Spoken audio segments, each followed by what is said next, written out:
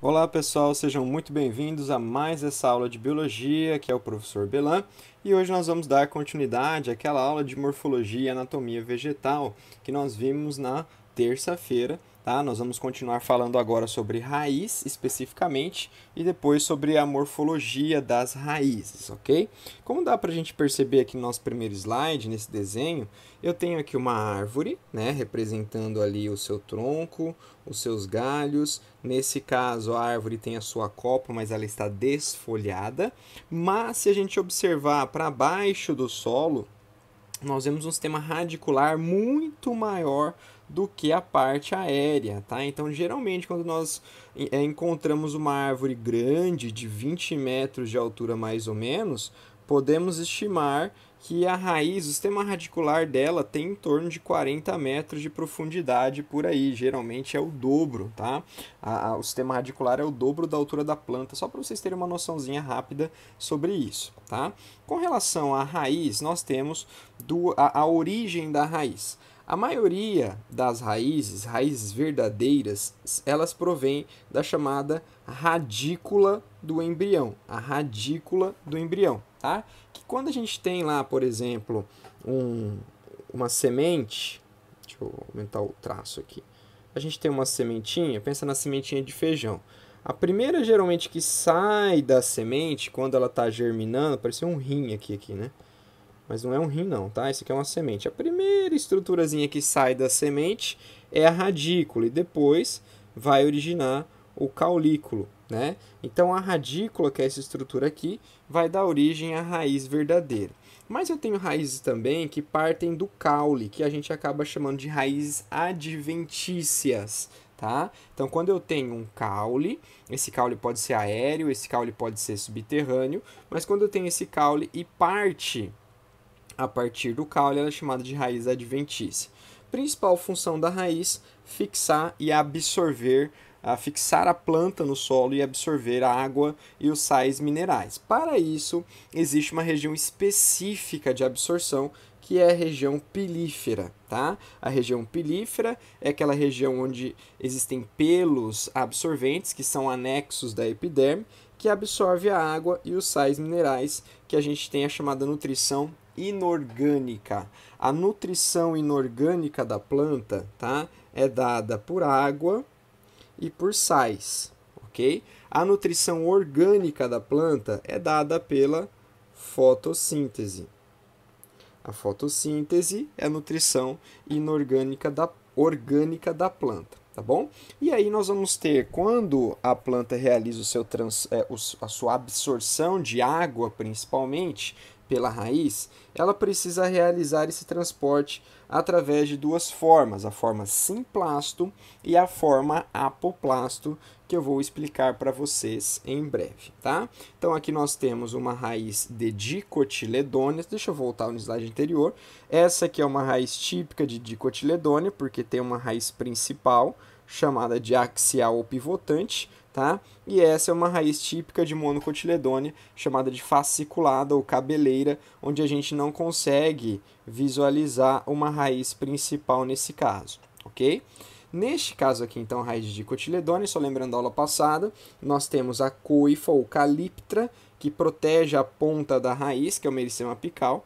Aí nós temos uma região lisa ou de alongamento, que é quando as células que são cúbicas, né, mais ou menos desse formato, elas acabam alongando de maneira longitudinal e fazem com que a planta acabe crescendo, tá? Depois tem a região pilífera, onde a água vai ser absorvida para o interior da raiz. Aí nós temos a região de ramificação, tá? Onde as raízes laterais, raízes secundárias vão se ramificar. E eu tenho essa região chamada de colo, que é a transição para o caule, tá bom? Então essas são as partes principais da raiz de uma dicotiledônea. Isso aqui é chamada raiz adventícia.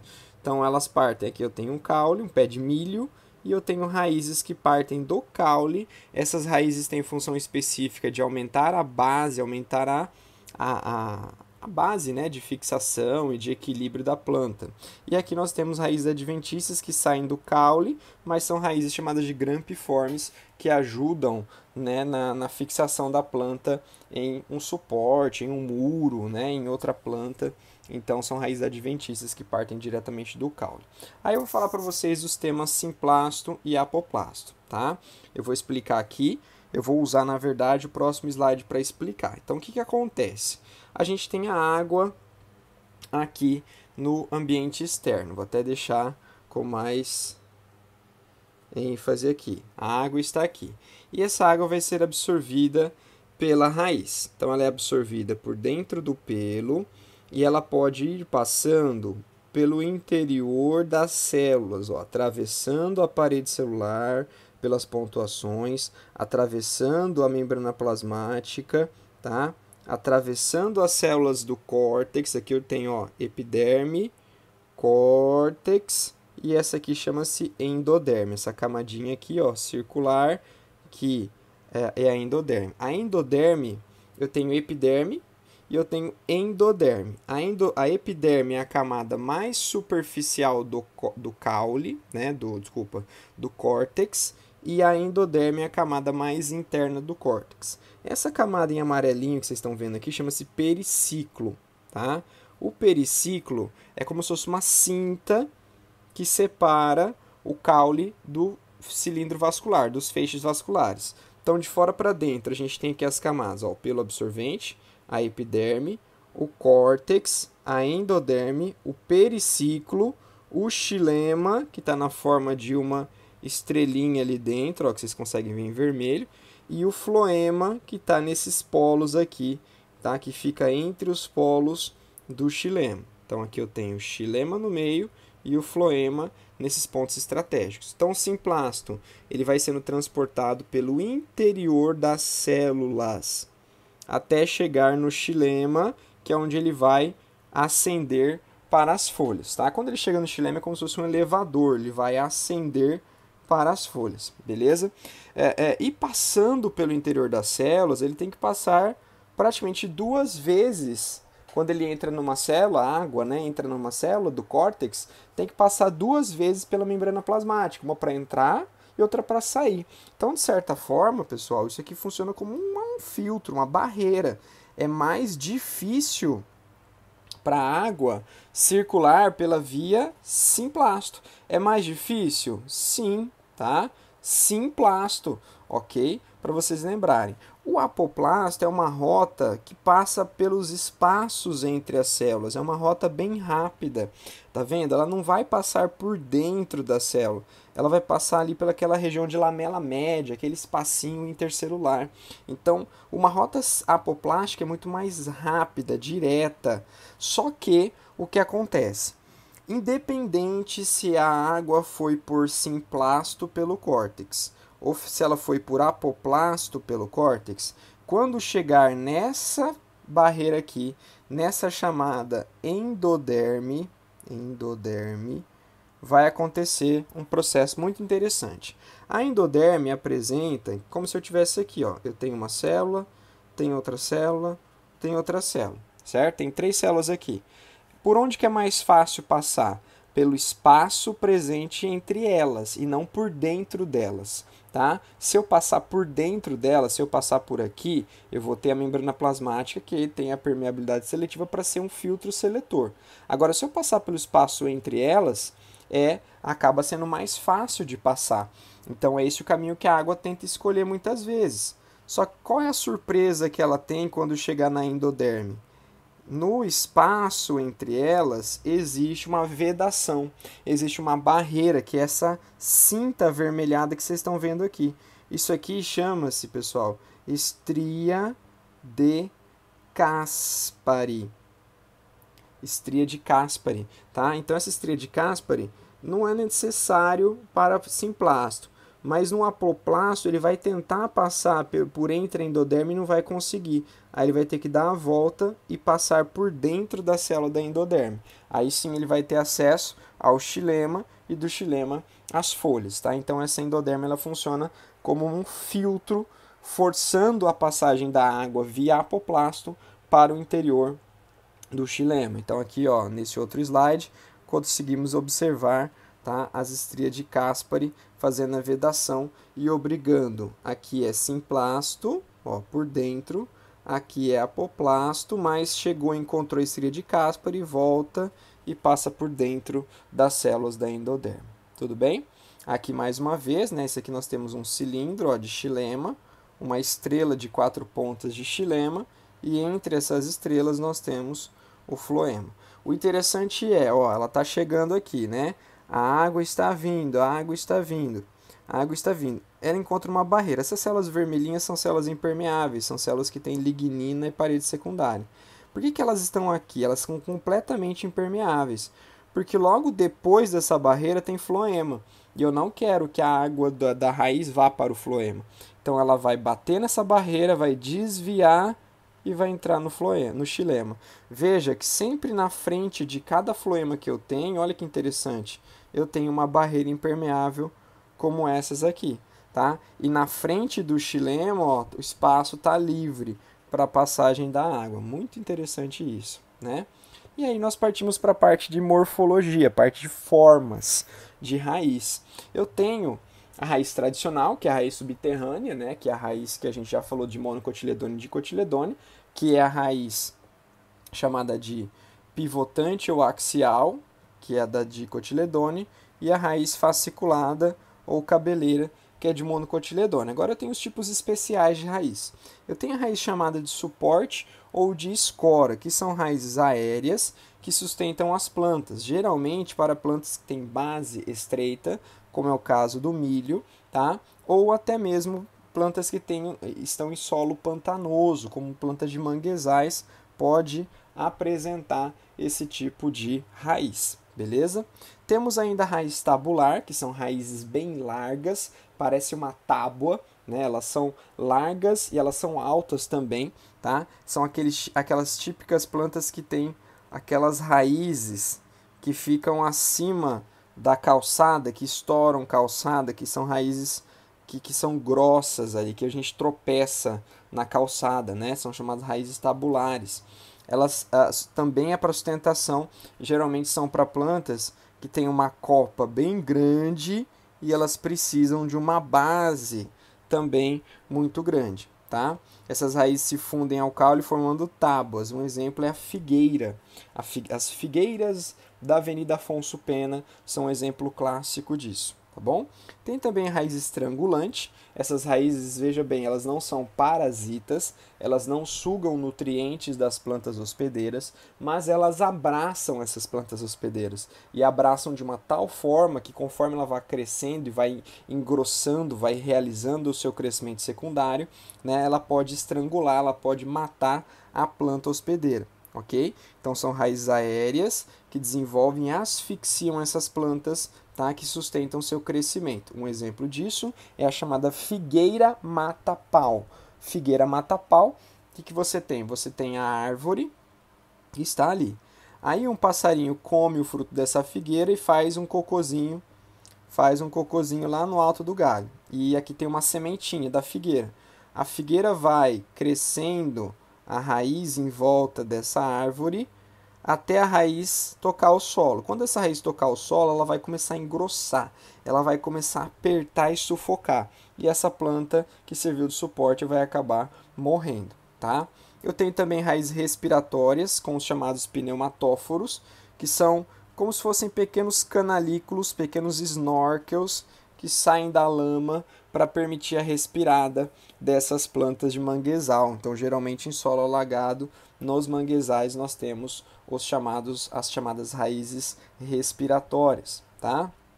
Continuando, agora sim a raiz parasita, chamada sugador ou austório, que são raízes como se fossem agulhas que perfuram as plantas hospedeiras e sugam a sua seiva. Eu tenho dois exemplos clássicos, que é o cipó-chumbo, que ele é um holoparasita, já falamos sobre isso lá na ecologia, nas aulas de relações ecológicas, tá?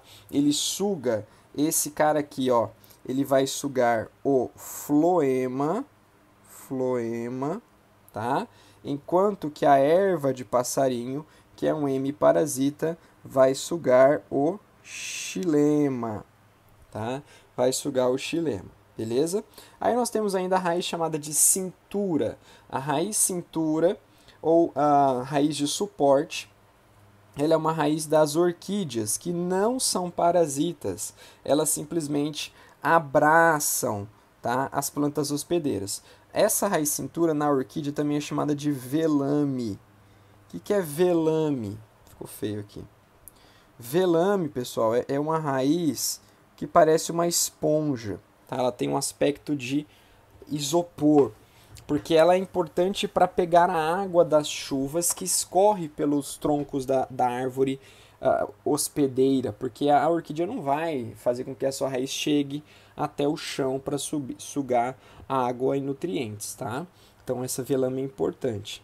Ainda nós temos as raízes grampiformes, que é em forma de grampo, aquela lá no começo que eu mostrei, o exemplo de raiz adventícia, tá? Que é da Hera, que é uma planta trepadeira que cresce nos muros, né, nas paredes, e ela é tão forte que se ela crescer e grudar num muro, se você quiser se arrepender e quiser tirar aquela planta de lá, cortar para renovar o aspecto da sua casa, a raiz grampiforme vai arrancar a tinta da parede junto, de tão forte que ela é, tá? Raízes tuberosas são aquelas raízes que têm por função armazenar nutrientes e também nos fornece alimento, né? Então são órgãos de reserva. Eu tenho a cenoura, a batata doce, o nabo, a mandioca, a beterraba ou rabanete. São todos exemplos de raízes chamadas de tuberosas, tá? Não confunda um tubérculo com uma tuberosa. Um tubérculo é um caule, que nós vamos falar mais sobre eles na próxima aula, enquanto que a tuberosa é uma raiz, ok? A batata inglesa, aquela batata mais amarelinha que a gente faz da batata frita, ela é um tubérculo, é um caule subterrâneo. A batata doce, né, que é muito popular entre atletas, em pessoas fitness, né, por ser um carboidrato complexo, de ser mais difícil de digestão, né, ela é uma raiz. Beleza? Então aqui nós vamos mostrar alguns exemplos, imagens para vocês. Aqui nós temos o pândanus, que tem um caule relativamente fino para o porte da árvore, e ele tem essas raízes adventícias, raízes de escora, parecem estacas mesmo ali, que estão escorando a planta. Tá? Aqui nós temos a gurizada lá da Amazônia brincando naquelas enormes árvores amazônicas, e essas raízes que parecem tábuas são chamadas raízes tabulares. Aqui nós temos as raízes estrangulantes, né? A raiz da figueira mata-pau, que está crescendo, estrangulando a planta que está logo abaixo dela. Tá? Aqui nós temos os chamados pneumatóforos, de uma região de manguezal, toda alagada e toda pobre em oxigênio. Então, esses pequenos canudinhos que saem da lama têm por função captar o oxigênio aqui em cima e levar para as células das raízes que são submersas e poderiam se sufocar e morrer, né? Aqui nós temos orquídeas em suporte ali em uma árvore, usando a sua raiz de cintura ou velame. Aqui nós temos um exemplo de raiz grampiforme do caule e as raízes em forma de grampo, raízes adventícias, que vão fixar essa planta em um suporte, em uma parede, porque ela não tem capacidade sozinha de se manter ereta, tá bom? Então isso é muito importante. Ainda nós temos exemplos de raízes parasitas. Aqui eu tenho uma planta hospedeira verdinha e aqui eu tenho cipó chumbo enrolado nela. Então dá para ver aqui, ó, essas duas projeções. Tem mais uma aqui, tem mais outra aqui. Quando essas projeções encontram uma plantinha, elas vão penetrar dessa forma. Olha só, aqui eu tenho a planta parasita, a planta hospedeira e a projeção da planta parasita indo buscar lá nutrientes lá no xilema ou no floema, né? No caso, se isso aqui for um cipó chumbo, seria no floema. Se fosse uma erva de passarinho, seria no xilema. E para fechar, nós temos as exemplos de tuberosa, a cenoura, a beterraba, não sei se é beterraba isso, mas enfim, a mandioca, o nabo, a batata doce e aqueles outros exemplos que eu citei para vocês, tá bom? Então é isso, gente. Espero que vocês tenham gostado da nossa aula de hoje, da nossa aula de morfologia de raiz, tá? Na semana que vem nós continuamos aqui com as aulas de caule, morfologia de caule, e seguimos na botânica preparando vocês para o Enem e para os vestibulares de janeiro, tá bom? Um grande abraço e até a próxima aula. Tchau, tchau!